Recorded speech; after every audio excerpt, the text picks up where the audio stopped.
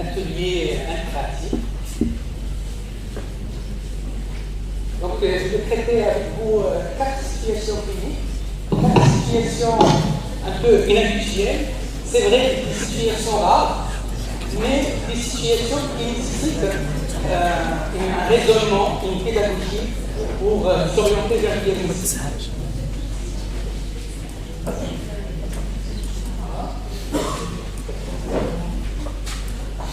Je vais pencher directement vers le premier cas clinique. Donc il s'agit d'un enfant de 3 ans qui est référé à l'hôpital périphérique pour trouble de conscience et hospitalisé en réa pédiatrique. Il est d'un mariage consanguin de premier degré, pas d'antécédents particuliers, et l'histoire de sa maladie remonte à 3 mois par l'apparition d'un syndrome polyeuropolypsie qui s'aggrave progressivement avec une émotion de soif intérieure associée à la cycle. Donc l'examen clinique pour un enfant somnolent avec un G7 à 13, fréquence cardiaque à 100, fréquence respiratoire à 30 et sature correctement avec une déshydratation stade B, avec une diurèse, vraiment une polyurie très très importante, et l'urine jusqu'à 12 litres et il boit plus avec une glycémie à jeun normale et une beauté urinaire négative. Donc à ce stade de raisonnement, est-ce que vous avez une idée ou quels sont les diagnostics qu'on peut discuter?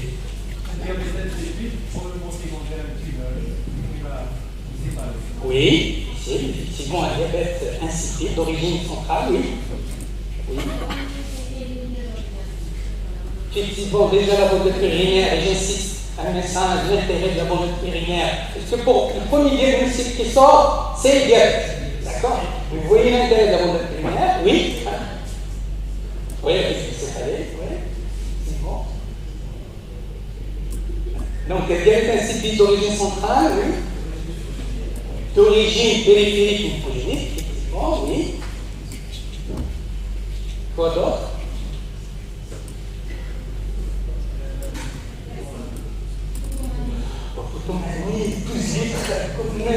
Oui, c'est vrai, possible, mais vraiment très symptomatique. Important qu'on ne peut pas faire une question de réflexion. C'est Mani. Le raisonnement veut dire que dans ces situations, j'ai une symptomatologie qui est faite d'une durée importante. La question qui va se poser, bon, est-ce qu'il boit beaucoup, c'est pour toi qui urine beaucoup, ou est-ce qu'il urine beaucoup et il boit beaucoup? Pour répondre à cette question, il y a un mot qui va nous orienter, les céphalies. Si les céphalies sont au premier plan et qu'ils sont dès le départ, ben, il faut les prendre en considération, donc il faut explorer le cerveau, et tout particulièrement, bien sûr, la base du cerveau, de la céphale. Alors, la deuxième question, si les céphalies viennent tardivement, ils n'étaient pas au premier plan, ils n'étaient pas au tout début et qui vont venir après, ben, on peut discuter beaucoup de choses qui peuvent être secondaires au syndrome, à l'hypovolémie, le thrombophlébite, etc. Donc, si les céphalies sont au premier, ben, il faut aller explorer absolument les diagnostic, oui. Donc, on a dit diabète insipide d'origine centrale, diabète insipide d'origine progénique. Tubulopathie, oui. Insuffisance urinaire, oui. Et donc l'enfant a été mis sous corticothérapie par le pédiatre qui l'a référé initialement pour une condition. Et quel est le bilan à demander? Est-ce qu'on peut demander? Une scolarité urinaire, oui. Une imagerie cérébrale, je vais parler de la cétiocyte, oui. Quoi d'autre? Un bilan classique. Ah oui? Pondeur, oui. Ionogramme, sanguin. Tension artérielle, oui. Bon, il était pas pris, évidemment. C'était normal. Non, la peau normale. La peau, non. Il n'y a rien de la peau. D'accord. Il n'y a rien au niveau sensoriel, neurosensoriel, rien de sensibilité, rien du tout. Il n'y a aucune anomalie. Aucune. Ah, J'ai noté juste le bilan pathologique. Donc l'ionogramme a montré une hypocalémie qui est sévère, effectivement. La fonction rénale est normale. La natrémie est correcte. Il a une acidose. Et l'IRM qui a montré un hypersignal par une hyperoxyculture bilatérale.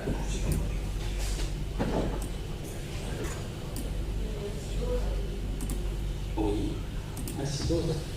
Oui, avec cette atteinte neurologique sur l'IRM.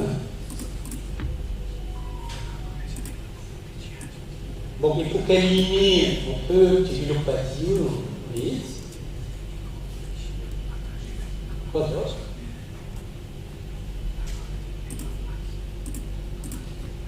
C'est un normal, c'est un enfant de 3 ans.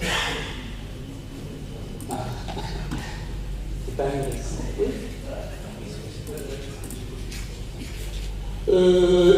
Non, c'est.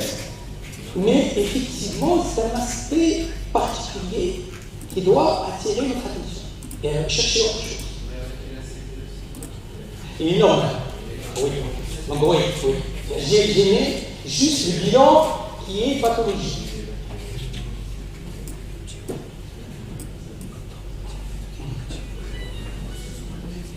Effectivement, ce qui est pathologique, c'est l'hypocalémie, l'acidose. Et cet aspect hypersignal par l'hyperoxyculture bilatérale, elle est en faveur, finalement, d'une encéphalopathie postérieure réversible qu'on trouve dans. C'est comme le 13 syndrome chez la femme, c'est l'HTA. C'est parmi les signes de l'HTA même. J'essayais de rapporter l'histoire de malades comme on a vu au service. Parce qu'on a fait ça, au départ, les radiologues ils ont parlé de l'encéphalopathie, mais cet aspect est effectivement oriente vers une HTA. Les radiologues avec tout le respect des radiologues, et quand ils voient des lésions, ils vont aller chercher de leur bouquin et ils me mettent des trucs. C'est pourquoi que le clinicien, il devrait toujours réunir les épaules, l'interrogatoire, l'examen clinique, la biologie, parce que là, est raisonné. Alors que, il faut toujours être erroné, il faut regarder parfois. D'accord? Parce que là, et bien sûr, avoir de bagages, c'est quand on va réussir. On attend beaucoup d'intérêt. Oui, d'accord. Très bien. Donc, vu l'aspect IRM, il faut prendre la tension artérielle. Donc, on a posé la question pour les cardiologues. Déjà, effectivement, initialement, il y avait très indisciplinés, il fallait effectivement. Je reprends la question, je ne sais pas lequel au départ ou lequel Au départ. Il s'est fallait. Donc, la prise de la tension artérielle,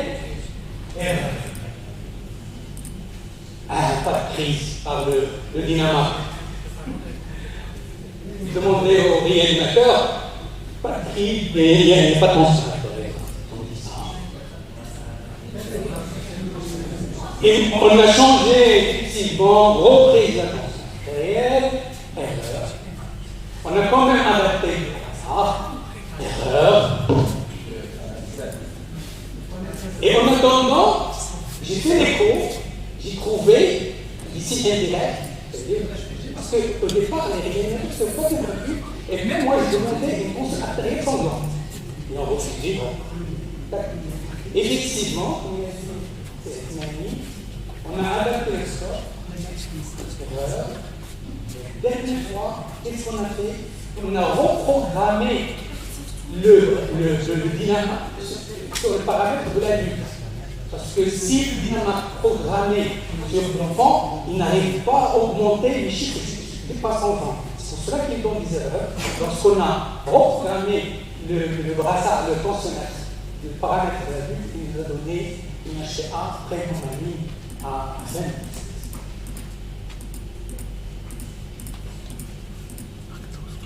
Donc HTA,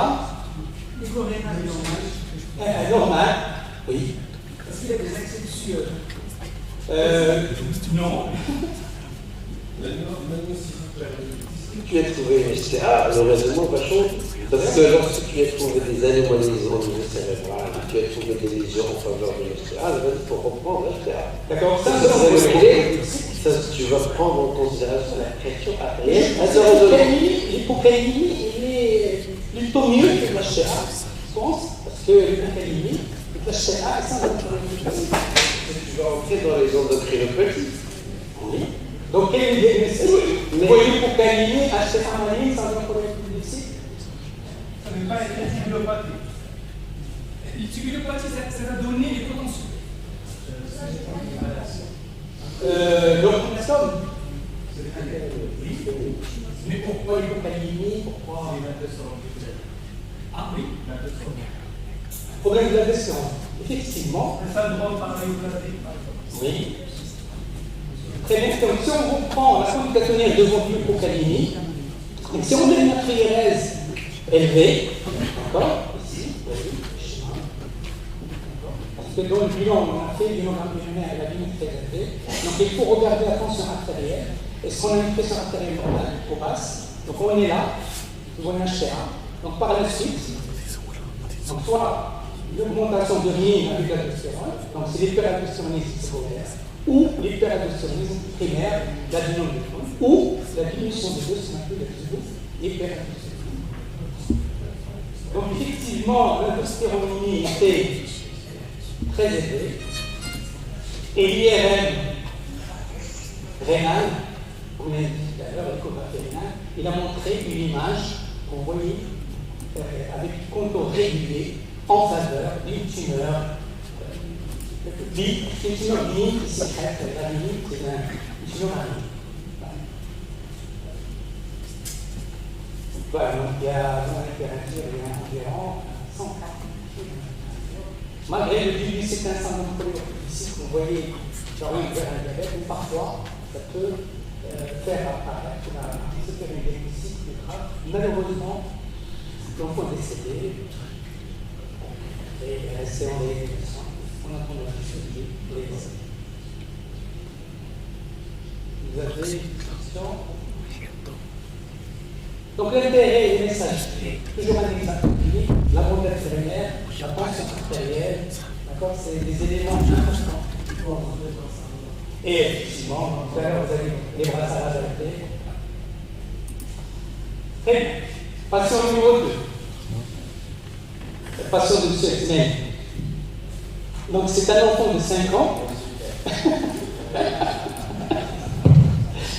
qui consulte pour une cyanose. Donc c'est une cyanose qui apparaît à l'âge de 2 ans. Donc selon la maman, il est très bien à la naissance, jusqu'à 2 ans, il n'y avait pas de cyanose. Et après, il a augmenté, il y a une aggravation. Et l'examen clinique, il est tout à fait normal. Donc il avait une saturation à 70 et qui ne répond pas à l'oxygène.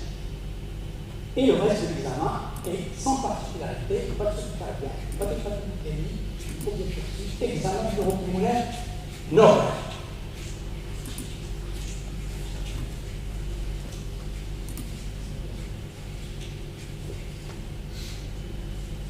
Oui, c'est vrai. Oui. Et la dépression hémogène, oui. Oui, on va demander. On parle de l'état clinique. Qu'est-ce qu'on peut discuter? Qu'est-ce qu'on peut.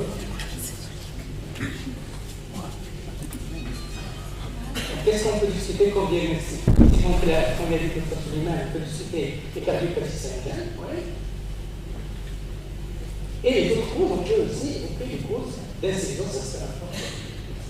Donc il y a une chirurgie. Malgré la pas de souffle, il n'y a rien. Et normal, pas d'accepter, il n'y a rien. Mais il n'imite pas à ce que oui, c'est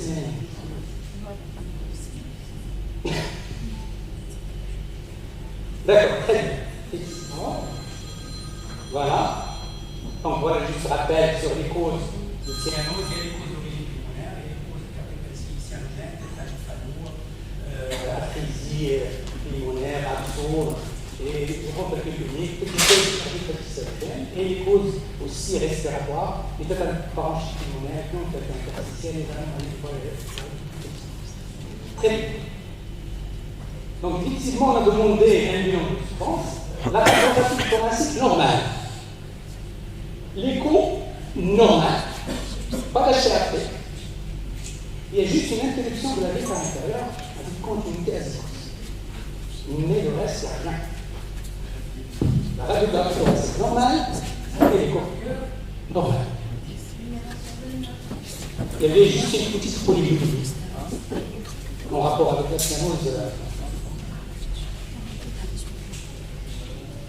Ventre droit normal, pas d'hypertension pulmonaire.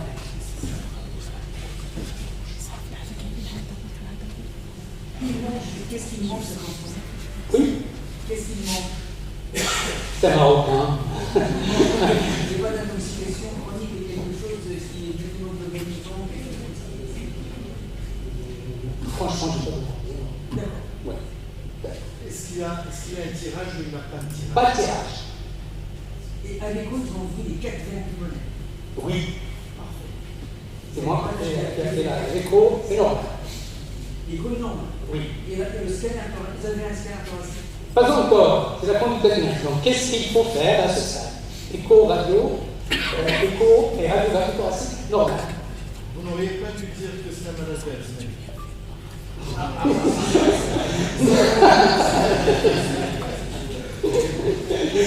Parce que. On a un scanner thoracique. Thoracique, oui. Effectivement. Donc, pour explorer effectivement le retour veineux, parfois on a une pathologie de retour. Mais à l'échographie, il n'y a pas de signe d'hypertension artérielle pulmonaire. S'il y a une sténose, voilà. Mais bon. Mais quand même, on a demandé un logiciel pour explorer le poumon, explorer le cœur, et quand même, vu cette anomalie de l'interruption de la veine inférieure, j'ai demandé quand même un scanner pour accord comme ça. Bon, voilà. Et moi, je ne sais pas, j'ai demandé un scanner pour accord abdominal. Voilà. Parce que j'ai cette interruption de la veine inférieure, parce que j'étais sûr que le scanner sera normal. J'étais vraiment sûr qu'il était normal. Et probablement, il ne va pas expliquer. Et un jour, le SEDA, il m'appelle et me dit est-ce que tu peux venir vraiment avec moi une malformation abdominale, j'ai une agénie du système porte. Voilà, on a vu le scanner. Effectivement, c'est un patient qui a une agénie du système porte et il avait une chaîne systémique. Bon, il m'a dit que si tu as une idée, je me suis dit, bon, j'ai une idée. Et à la fin, je me suis dit, mais malade, qu'est-ce que c'est cliniquement? Et lorsqu'ils m'ont montré le mot, c'était mon malade, que je demandais le scanner. Donc, qu'est-ce qu'on a trouvé? Donc, le scanner thoracique est normal, mais à l'étage abdominal, on a trouvé une ingénie de système porte avec un champ portosystémique. Sauf que le champ portosystémique donne une incidence cardiaque unique, comme tous les champs. Il donne des hypoglycémies en période de matin. Je pense que ce champ n'est pour rien. Mais quand même, c'est un champ. Il n'y a pas de passage de sang vers le foie. Donc, c'est un passage qui passe directement des intestins vers le système cardiaque. Effectivement, moi aussi je connais, on a fait une petite recherche et on a tombé sur ce qu'on appelle un syndrome hépatopulmonaire d'origine congénitale, parce qu'il y a le syndrome hépatopulmonaire acquis, c'est une complication de cirrhose, et c'est une pathologie grave, et cette pathologie, vu ce champ portosystémique, il y a des passages de toxines, ils vont passer directement vers la circulation pulmonaire et ils vont faire une vasodilatation des artères qui va expliquer le champ sans être ventilé, et ça explique la séance. Et si c'est une pathologie, on va dire congénitale, effectivement, lorsqu'on a repris les cours, les classiques, donc on doit tenir devant une cyanose, lorsque le bilan est normal, il faut faire le test au micro-bulle à la recherche d'une fistule ou une fistule artérieuse et plus ou moins un enregistrement. Donc c'est un syndrome qui est rare, d'accord, et très rare en pédiatrie. Donc il y a 3 stades, type 1, A1, A2 et I. Donc, qu'est-ce qu'il faut faire?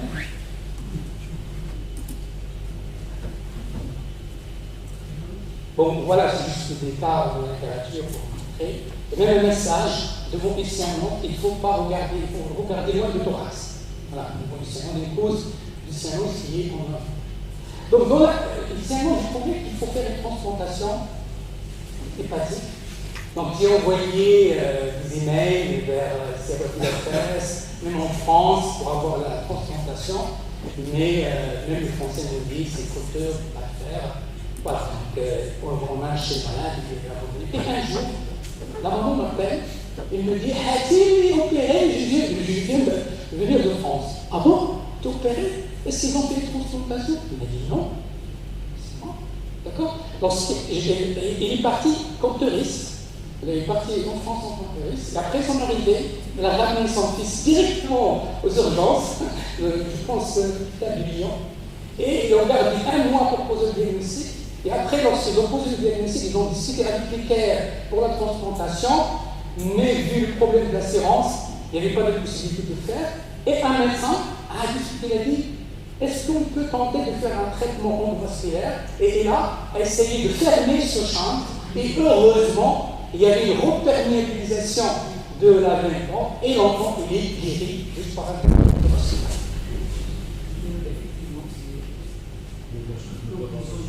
Voilà. On passe. Troisième cas clinique. C'est une fille âgée de 2 ans et 7 mois qui consulte pour ictère cholestatique nuptiale. Les antécédents un maman diabétique et la fille elle a fait une hernie ombilicale opérée. Donc, ictère cholestatique, urine foncée, les selles décolorées, fluctuant, évoluant depuis 3 semaines, sans signe fonctionnel associé. Voilà l'examen clinique ictère cholestatique, un abdomen descendu avec un ombilic désaxé, l'ombilic est désaxé, une importante hépatomégalie avec risque, avec des hépatitis, une hernie ombilicale, ictère cholestatique chez un enfant de 2 ans. Quels sont les diagnostics qu'on peut... Oui. Normal. Oui. J'ai bien opéré. Ah, pour l'hernie, oui.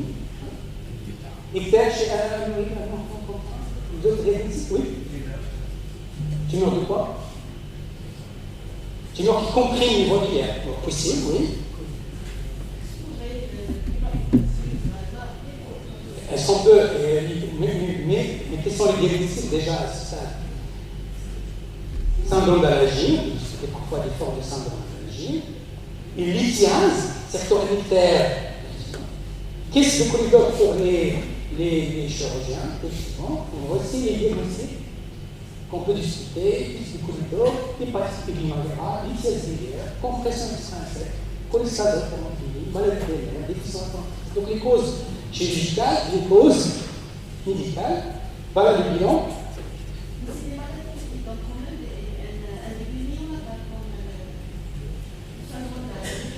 Mais parfois, il peut donner un ictère, un fluctuant qui n'est pas persistant. D'accord? C'est possible. Donc le bilan, il confirme juste les caractéristiques de l'ictère, qui est un ictère d'ailleurs cholestatique, avec gamma GT très élevé, et la maladie de l'air.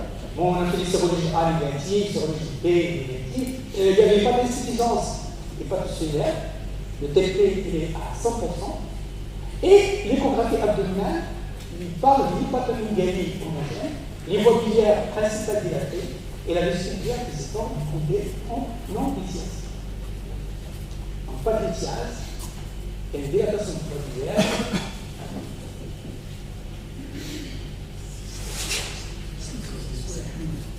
Non. Dans quel sens? Ah oui, non, le bilan de syndrome de la Gile, il n'y a pas. Donc l'écho-cœur, la radio thoracique, il n'y a pas de. Mais déjà, oui. Non.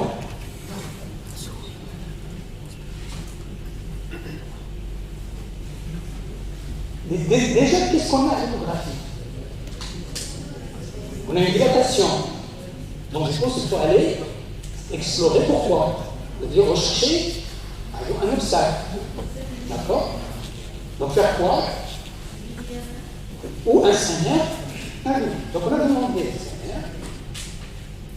Donc le scanner fait à titre externe. Il part d'une visite biliaire très descendue, des efforts non entiers.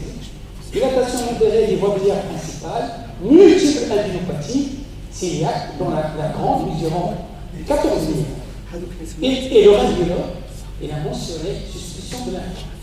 Et il nous envoie pour suspicion maintenant, alors que cliniquement, vraiment, pas d'éléments pervers, pas d'autres signes.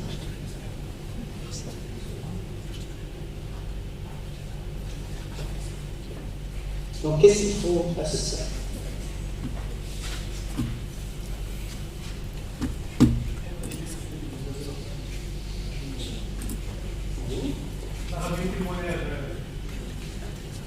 On n'a pas de vie, malheureusement. Correct.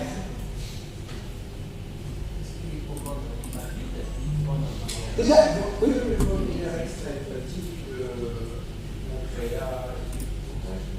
Non, ils ont fait le scanner, j'ai mis que les pour eux, c'est normal, effectivement. Donc logiquement, qu'est-ce qu'il faut faire? On a fait une dispension, mais le scanner n'explique pas, il ne donne pas vraiment. Donc qu'est-ce qu'il faut faire? Guérin ou quoi d'autre? Ou relecture. Vous demandez relecture. C'est une dispense. D'accord? Donc on a demandé la relecture du scanner. Bon, au départ, le radiologue a refusé. On a donné le scanner, mais à la fin, on nous a donné le scanner aussi. Et qu'est-ce qu'il a dit les parents? Il faut ramener votre fils à Rabat. Alors, qu'est-ce que c'est là? Un enfant. Voilà. Donc, il est venu. Déjà, la femme est stressée. Ah bon. Bon, j'ai rapporté ça parce que il nous a stressé, ce médecin. Qu'est-ce qu'il faut faire? Et après, on a vu avec le professeur Koumen, et on a compris sur quoi la rupture. Et le radiologue, il n'a pas fait une pensée, il a dit, il est réuni. Il y a un très qui n'a pas mentionné de le comprendre. Et il y a un très important.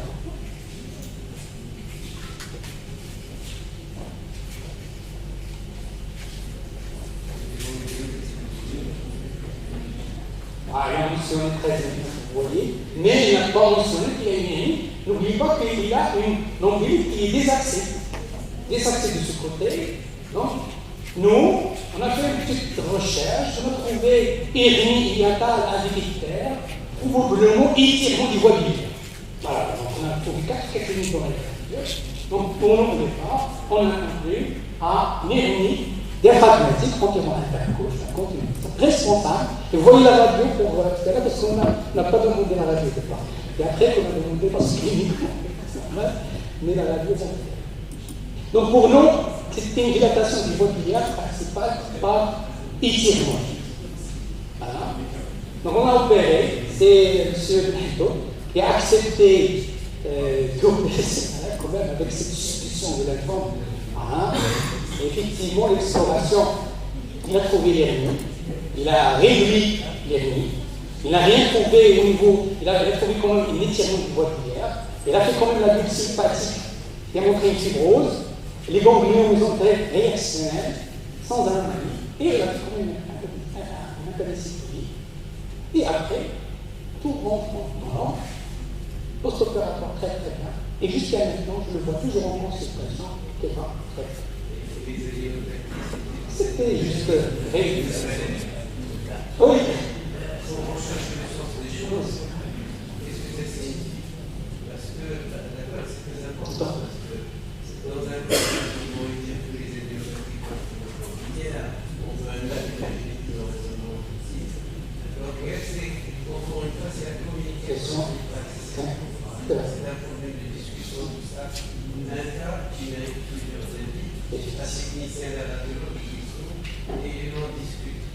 C'est important. Voilà, donc c'est toute l'irrégulière problématique révélée par un militaire. Il n'y avait que 5 cas rapportés dans la littérature. Là, j'ai entendu un seul cas rapporté. C'est parmi les signes de révélation tardive, parfois de l'ennemi.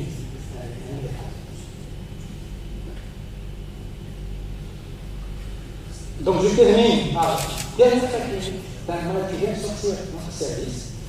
Donc c'est un garçon de 7 mois, nourrisson, qui a un antécédent de stagnation pondérale et qui est hospitalisé pour fièvre prolongée.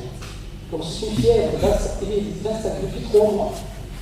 Initialement, il était intermittent, isolé, chiffré à 32,5, et il devient ensuite permanent et résistant aux traitements symptomatiques, associés à des nausées et des vomissements, ce qui est notre clinique chez nous. Voilà, l'examen clinique est un enfant conscient, polyréactif, il est pâle, il a été fébrile à 39, avec une déshydratation stade 1, le poids 5 kg, moins qu'une déviation standard. Le reste de l'examen clinique est sans particularité, sauf qu'on a trouvé une petite hépatomégalie avec une déchetacité et le reste de l'examen sans problème.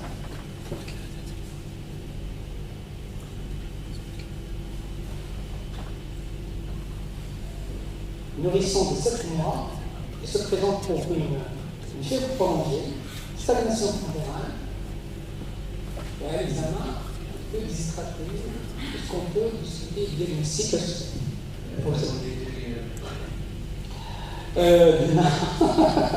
Effectivement, alors, pas de nitrite. Effectivement, c'est important. Ça fait partie de l'examen clinique. Oui.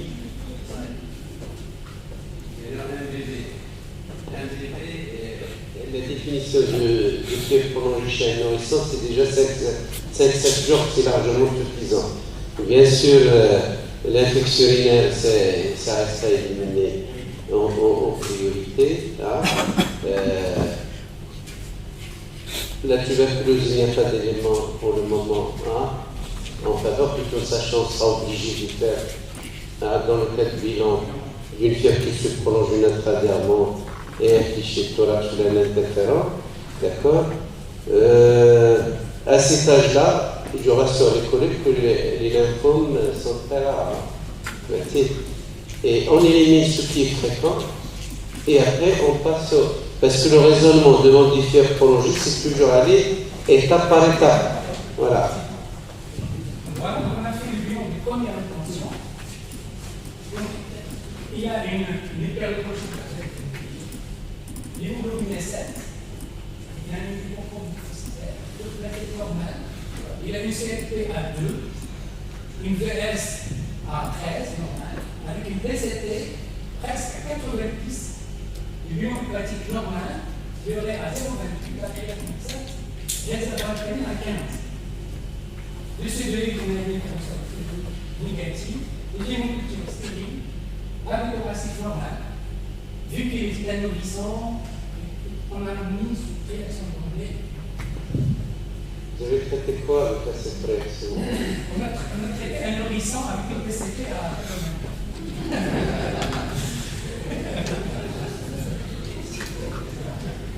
Simulation de demander si cette PCT était à 90. On n'a pas fait les fonctions ouvertes. On n'a pas fait parce que le neurologie.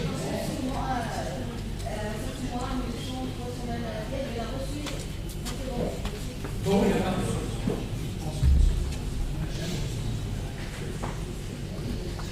Mais il y a la chose qui est frappante. Oui. Oui, c'est ce qu'on pense entre cette CRP à 2 vers 13 avec PCT.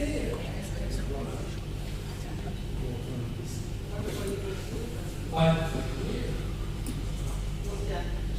C'est normal. La sélection négative du tout. Et la PS, quand même. La PS, je n'ai pas mentionné, mais non. Déjà, c'est inflammatoire, certainement, parce que les plaquettes sont très épais. Il doit y avoir un certain inflammatoire. La PCT, ça n'explique pas cette ligne. La PCT, oui, déjà, Donc tu as a priori une infection ou une inflammation derrière, bah, il faut le foie que vous dites qu'il est une petite hépatomégalie, il faut l'explorer. Est-ce qu'il y a une masse, est-ce qu'il y a quelque chose, s'il y a quelque chose, la cholécystite, il faut l'explorer. L'auscultation, est-ce qu'il y a quelque chose, normal. Il faut vérifier. Ce foie qu'il faut explorer, si tu as cette hépatomégalie, il y en a que tu dois bien préciser là. Peut-être un bilan hépatique. Mais qu'est-ce qu'il y a?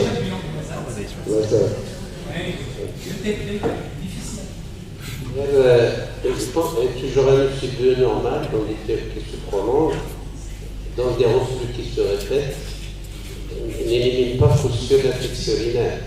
Et déjà, les cours, ça rassure en partie, puisque s'il n'y a pas de dilatation des cavités puis le calicium voilà.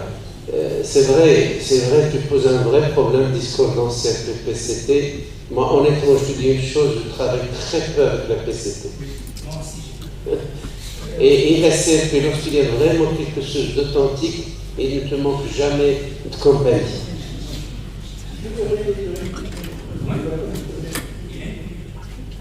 C'est un garçon, oui.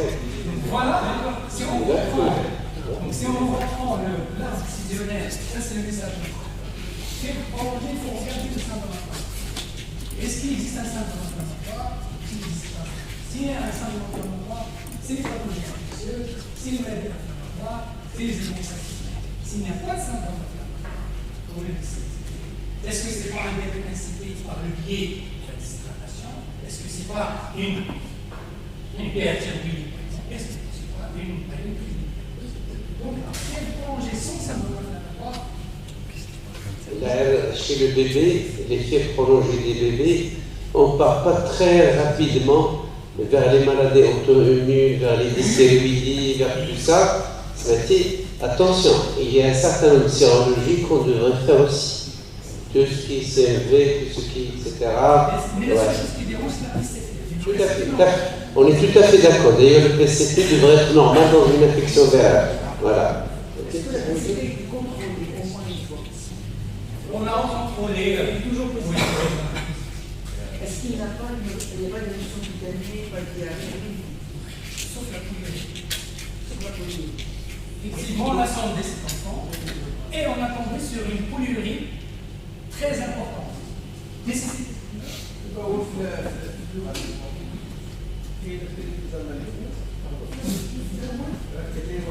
Après, les pinces, elles sont 70. qui est une pression pincée.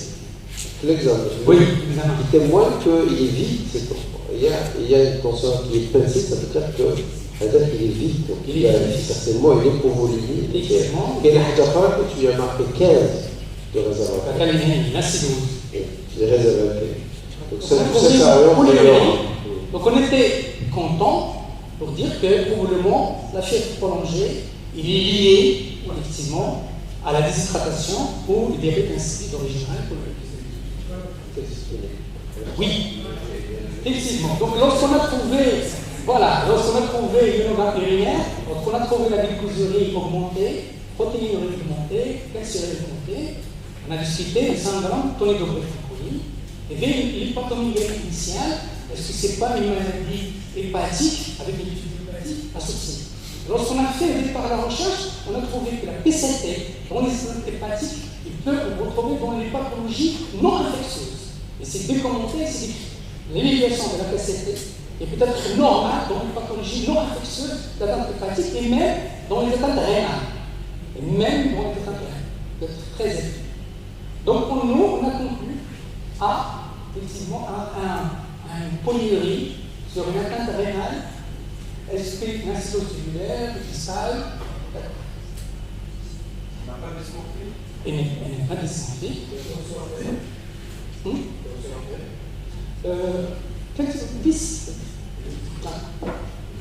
Voilà, juste, j'aimerais attirer votre attention sur une chose qu'on n'a pas fait attention au départ.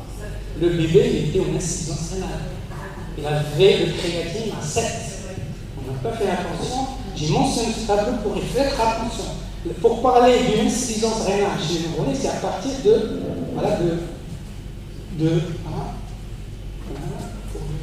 Voilà, donc pour les, par exemple, moins de 1 mois, de 0,4. 3 ans, 0,4. 4. Ici, c'était 7. Donc l'enfant, il était en insuffisance rénale. Donc insuffisance rénale avec tubulopathie, on a discuté, est-ce que c'est pas une sténose? Et on a demandé l'échographie. Les 0,4 de quoi? 0,4 de quoi? Voilà, juste 4. Par ici. Voilà.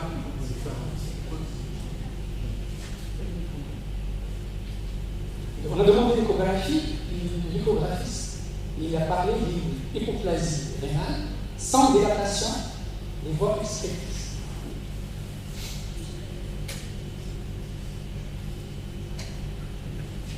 Donc on a appelé un expert, on a appelé le professeur Sylvie, parce que ça comprend. On a dit, c'est quoi, c'est une tubulopathie tubulaire. Il nous a dit quand même d'aller explorer les voies excrétrices. On a dit, l'échographie normale. Quand même, il nous a demandé de faire l'ECG. Et lorsqu'on a fait l'ECG, on a tombé sur un reflux. Ça casse. Donc le reflux a donné une tubulopathie grave. Et même la PCT, comme l'a dit le professeur, on peut voir des PCT élevés sur des infections. Mais attendez, on va recadrer. Oui. D'abord, c'est des cas, heureusement, que sont inhabituels pour les praticiens qui existent aujourd'hui, côté pédagogique, sinon on va sortir intimidé aujourd'hui de la salle. Alors, premier point, dans l'infection urinaire, c'est connu et c'était bien démontré, et Yassine Mourtali, qui connaît très bien Dominique Gendrin, qui a beaucoup travaillé sur la PCT comme un bon indicateur des neuropathie et des reflux. Avancé. Deuxième des choses, un fièvre qui se prolonge comme ça, on l'a dit tout à l'heure, il faut savoir refaire les prélèvements urinaires. La chose qui a masqué, c'est la sécrète, qui a été donnée, même si tu refais les TPE, un colis sensible. Voilà. Donc finalement, il y a un certain nombre de désordres urinaires, ioniques et tout ce que vous voulez, qui vont être secondaires à l'infection urinaire. Donc moi je pense que c'est une infection urinaire qui explique le syndrome infectieux qui se prolonge, bien sûr, qui révèle un reflux. On va en discuter comme on veut, mais sur le plan, mais ça m'étonne aussi, mais parce que même la CRP est dans l'atteinte du parenchyme rénal, il est constamment, et on a rarement qu'il manque de compagnie. Et lorsqu'on a augmenté les rations, voilà. on a vu disparition. Ouais. Donc il était toujours fébrile. Non, mais avec la déshydratation, bien sûr. Avec la déshydratation, je pense que les réanimateurs dans la salle, ils savent très bien que ça peut être un signe de déshydratation. On n'a pas analysé initialement la créatinine. En plus, il était pâle, ça a mis, on n'a pas cherché le temps.